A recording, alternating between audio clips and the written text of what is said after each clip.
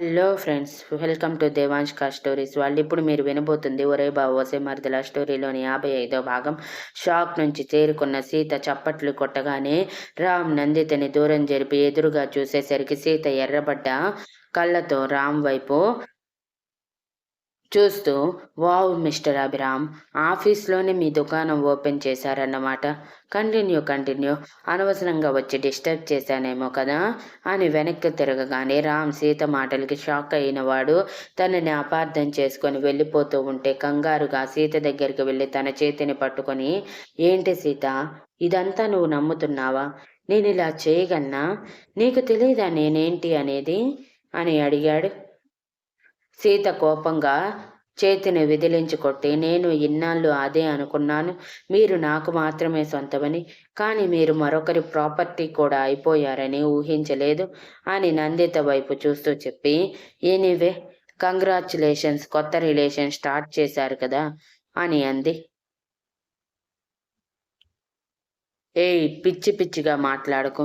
ఇక్కడ ఏం జరిగిందో తెలియకుండా అనవసరంగా అపార్థం చేసుకోకు. నీ మాటలు నా గుండెకి తూటాల్లా గుచ్చుకుంటున్నాయి. ప్లీజ్ సీత, ఇలా మాట్లాడు, నన్ను చంపకే అని బ్రతిమలాడుతూ ఉండగానే సీత కోపంగా రామ్ కాలర్ పట్టుకుని, ఇంకేం చెప్తారు మిస్టర్ అభిరామ్ గారు?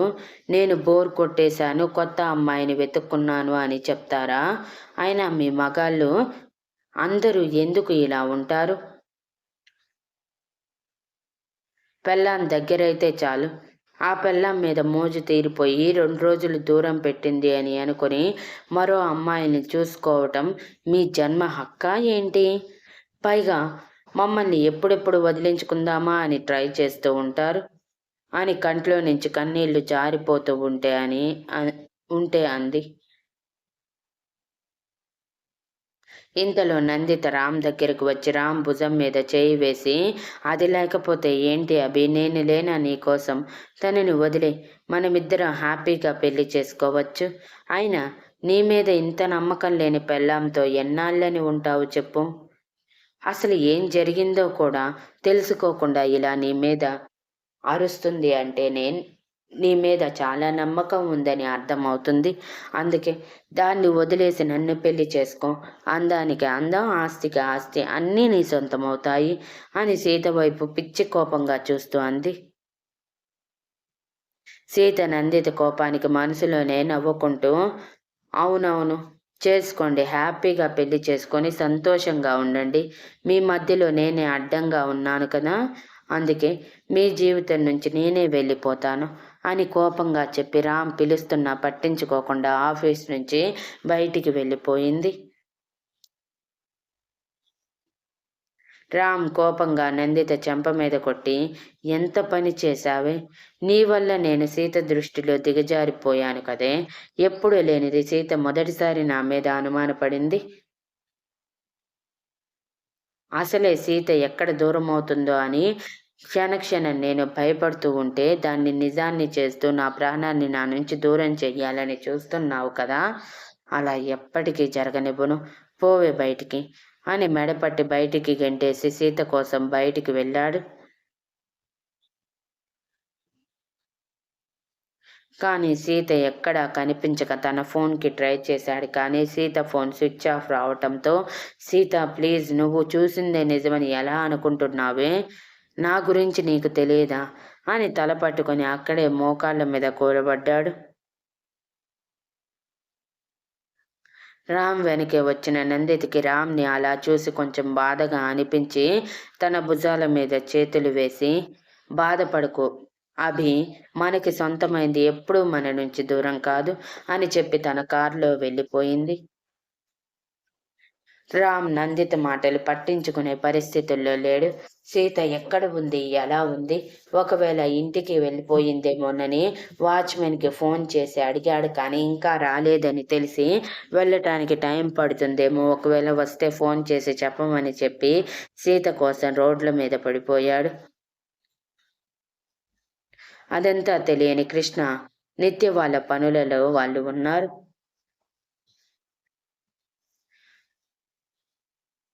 రామ్ సీత కోసం పిచ్చోడిలా కాలినడకన సిటీ అంతా వెతుకుతూ ఉంటే సీత ఎక్కడా కనిపించక నిజంగానే తన నుంచి దూరం అయిపోయిందేమోనని పిచ్చి పిచ్చి ఆలోచనలు వస్తూ ప్రాణం పోతున్నంత బాధగా అనిపిస్తూ ఉంటే సాయంత్రం 7 గంటల సమయంలో ఒక పార్కులో బెంచ్ మీద కూర్చొని తల పట్టుకొని జారే కన్నీటిని తుడుచుకోవాలన్న స్పృహ కూడా లేకుండా, ఏమైంది సీత?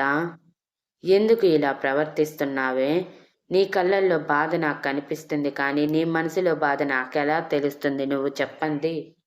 నేనేమైనా దేవుడినా నువ్వు చెప్పకుండానే అన్నీ తెలుసుకోవడానికి?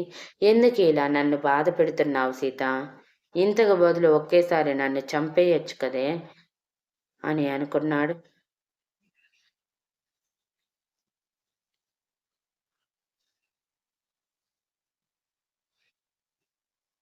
ఆఫీస్ నుంచి బయటికి వచ్చిన సీతారాంని అన్ని మాటలు అనటానికి గుండెల్లో అగ్నిపర్వతం బద్దలైనంత బాధగా అనిపిస్తూ ఉంటే ఏడుస్తూ అలానే ముందుకు వెళ్ళిపోయింది. అలా రోడ్ మీద వెళ్తున్న సీతని కొంచెం దూరం తర్వాత నందిత అడ్డగించి సీత చేతిని పట్టుకుని కారులో కూర్చోబెట్టి కోపంగా స్పీడ్గా డ్రైవ్ చేస్తూ ఒక 5 స్టార్ హోటల్కి వెళ్ళి స్పెషల్ క్యాబిన్లో కూర్చోబెట్టి, ఇదంతా ఎందుకు సీత? పాపం అభిని చూసావా ఎలా బాధపడుతున్నాడో? చూడు సీత, నువ్వు ఆలోచించేదంతా తప్పు. చెప్పేది అర్థం చేసుకో. ఇదంతా వద్దు అని సీత చేతులు పట్టుకొని బాధగా అడిగింది నందిత. సీత ఏడుస్తూ తలపైకెత్తి, లేదు నందిత, ఇది జరిగి తీరాలి. నీకు తెలుసా బావ ఈ విషయంలో ఎన్ని ఆశలు పెట్టుకున్నాడో? నా పరిస్థితి బావకి తెలిస్తే ఇంకేమైనా ఉందా? ఊహించుకోవటానికే భయంగా ఉంది. తట్టుకోలేడు నందిత. వద్దు, ఈ విషయం బావకి తెలియటానికి వీల్లేదు. అయినా నేను బావ జీవితంలో నుంచి వెళ్ళిపోతాను అనట్లేదు కదా. నిన్ను కూడా తీసుకువస్తాను అంటున్నాను. నువ్వు కూడా బావని ప్రేమించావు కదా, ఇంకేంటి ప్రాబ్లం అని అడిగింది. చూడు సీత, అభిని నేను ఒకప్పుడు ప్రేమించిన మాట నిజమే. కానీ ఇప్పుడు మీ ఇద్దరి అన్యోన్యత చూసి నా ప్రేమని చంపేసి కూడా చాలా రోజులైపోతుంది. అందుకే మిమ్మల్ని డిస్టర్బ్ చేయకూడదని ఫిక్స్ అయిన నన్ను నీ అంతట నువ్వే వచ్చి కలిసి మీ ఆయనని నువ్వే పెళ్లి చేసుకో అని అడగటం ఏంటి? అసలు ఇదంతా ఏంటి సీత?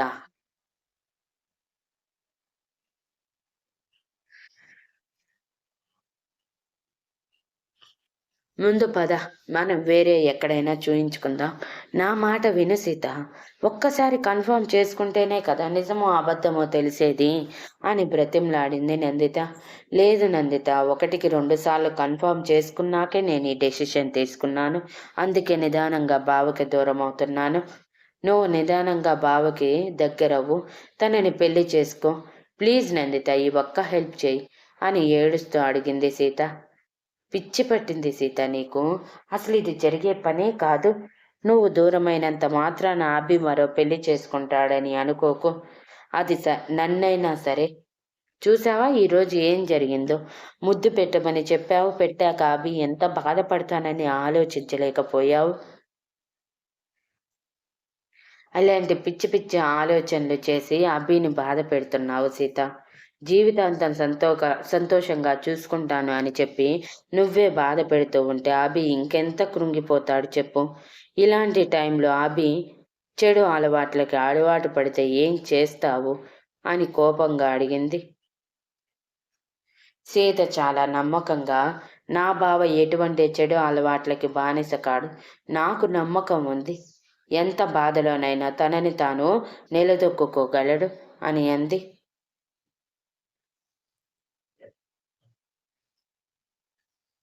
అది అన్ని విషయాల్లో జరుగుతుందేమో కానీ ప్రేమ విషయంలో కాదు సీత. గుర్తుంచుకో, నువ్వు ఎన్ని ప్రయత్నాలు చేసినా అభి నన్ను పెళ్లి చేసుకోడు.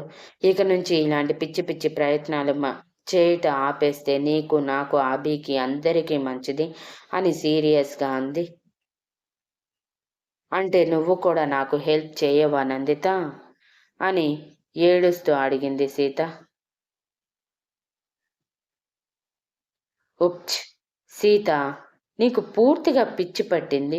అసలు నీ ప్రాబ్లం వెళ్ళి అభితో చెప్తే అభి ఏదో ఒక సొల్యూషన్ ఆలోచిస్తాడు కదా! అలా కాకుండా ఈ పిచ్చి పిచ్చి డెసిషన్స్ ఏంటి? పైగా అభి మీద ఒట్లేంటి? నాకు పిచ్చి పడుతుంది సీత నువ్వు చేసే పనుల వల్ల అని అరిచింది నందిత. ఇంతలో వెయిటర్ లోపలికి రావటంతో ఇద్దరూ సైలెంట్ అయ్యారు. వెయిటర్ 2 కోల్డ్ కాఫీ, 2 శాండ్విచ్లు ఆర్డర్ ఇవ్వటంతో అవి తేవటానికి వెళ్ళిపోయాక సీత మళ్ళీ మాట్లాడుతూ, నాది పిచ్చే అనుకుంటావో వెర్రే అనుకుంటావో నీ ఇష్టం. కానీ నేను అనుకున్నది మాత్రం జరిగి తీరాలి. నువ్వు బావ జీవితంలోకి వెళ్ళాలి. అలాగని నేను బావ జీవితంలో నుంచి వెళ్ళిపోతాను అనుకోకు. జీవితాంతం నేను బావని వదిలిపెట్టలేను. అది ఏ సిచ్యువేషన్లో అయినా సరే అని సీరియస్గా అంది. నందిత హహహ అని గట్టిగా నవ్వుతూ, పిచ్చి సీత, ఒక్కసారి నువ్వు ఇదంతా కావాలని చేస్తున్నావని అభికి తెలిసిందంటే నిన్ను ఏం చేస్తాడన్నది నీ ఊహకే వదిలేస్తున్నాను. దీనంతటికి బదులు డైరెక్ట్గా అభితో చెప్తే ఏదో ఒకటి చేస్తాడు. నీ ఆలోచన అంతా తనతో చెప్పు, తనే ఒప్పుకుంటాడేమో. అంతేకాని ఇలా బలవంతం చేయటం ఏంటి? ఇలా చేయటం వలన అభి నలుగురిలో నవ్వుల పాలు కూడా అవుతాడు. ఆలోచించు సీత, నేను చెప్పిన విషయం గురించి అని అంది.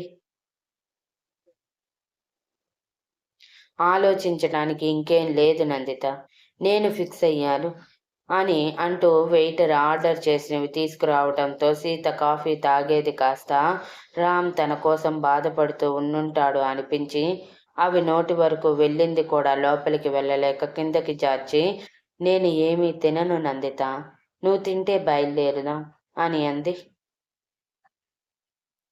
నందిత ఒక నిట్టూర్పు విడిచి శాండ్విచ్ తిని సీతని తిరిగి ఆఫీస్లో డ్రాప్ చేసి వెళ్ళిపోతే సీత రామ్ క్యాబిన్ వైపు చూసింది. వెళ్ళటమే. రామ్ అక్కడ లేకపోవటంతో తన కోసం ఇంటికి వెళ్ళుంటాడు అని భ్రమపడి బాధపడుతూనే తన సీట్ దగ్గరికి వెళ్ళిపోయింది.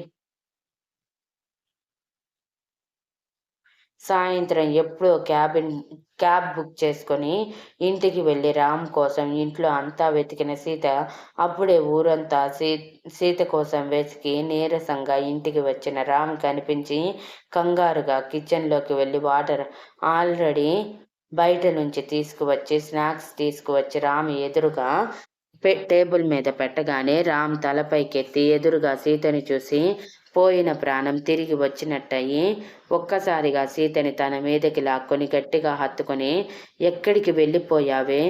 నన్ను వదిలేసి వెళ్ళిపోయావేమోనని ఎంత భయపడ్డానో తెలుసా? ప్లీజ్ సీత, ఇంకొకసారి ఇలాంటి పిచ్చి పనులు చేయకు అని సీత భుజాల మీద కన్నీటి వర్షం కురిపిస్తూ అన్నాడు రామ్.